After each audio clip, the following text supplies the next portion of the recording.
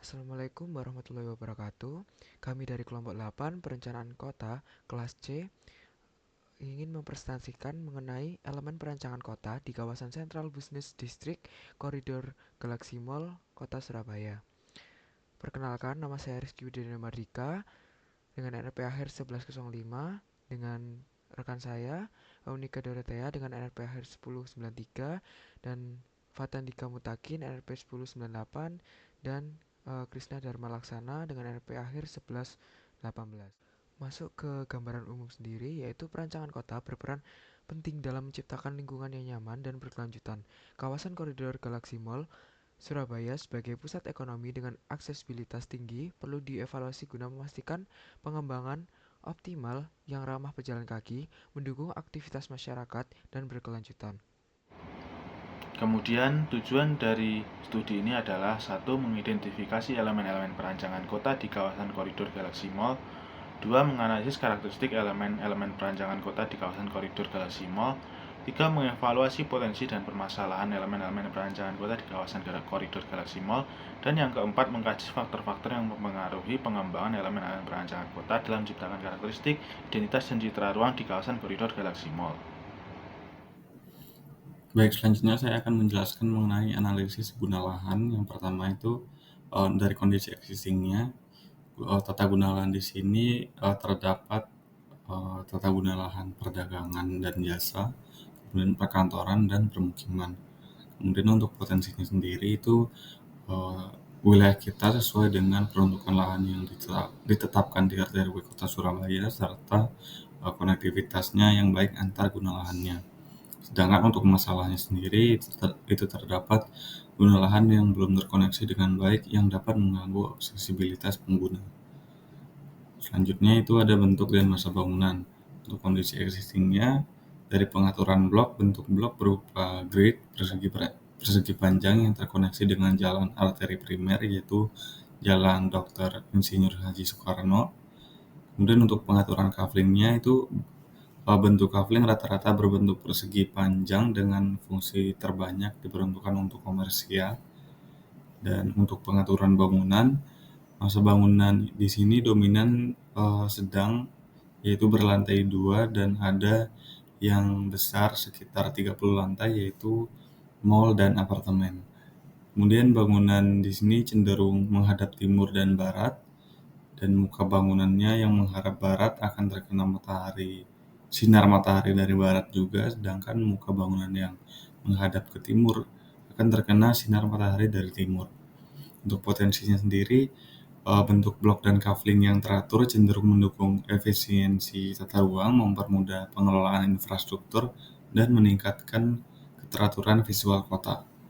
Sedangkan untuk masalahnya sendiri itu sinar matahari berpotensi masuk berlebihan ke bangunan yang mengakibatkan udara dalam bangunan menjadi panas.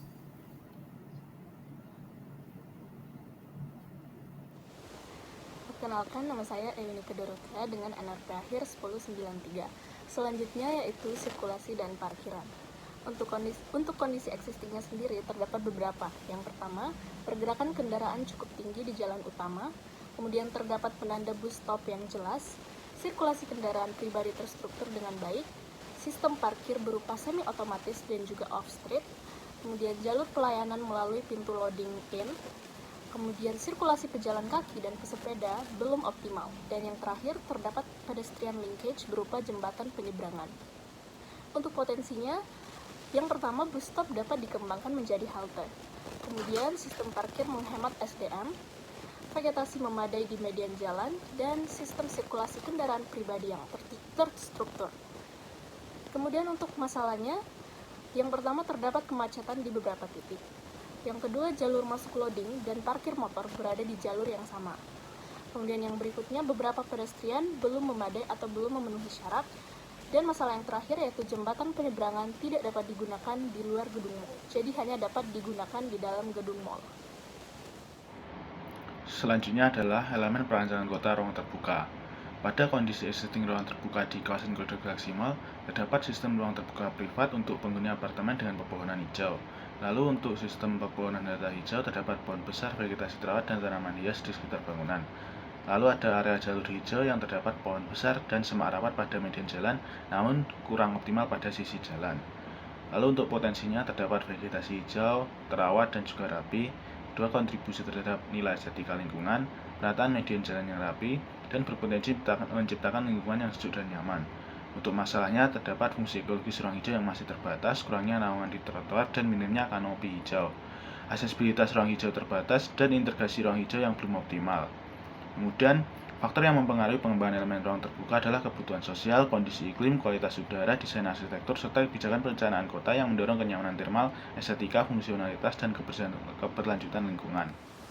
Selanjutnya yaitu jalur pejalan kaki. Untuk kondisi existingnya ada 4. Yang pertama, jalur pejalan kaki tidak memiliki fitur yang ramah disabilitas di beberapa titik. Kemudian ada juga beberapa pedestrian yang sudah memenuhi syarat. Yang ketiga, material yang digunakan ada yang memiliki tingkat kenyamanan tinggi, ada pula yang tidak terawat, bahkan berbahaya bagi pejalan kaki.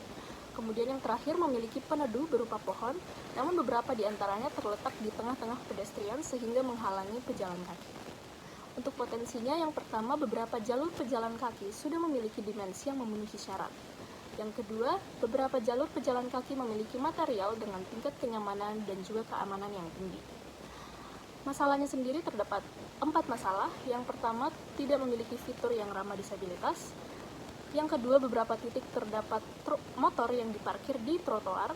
Kemudian yang ketiga, beberapa jalur pejalan kaki tidak memiliki material yang nyaman dan aman, bahkan tidak terawat.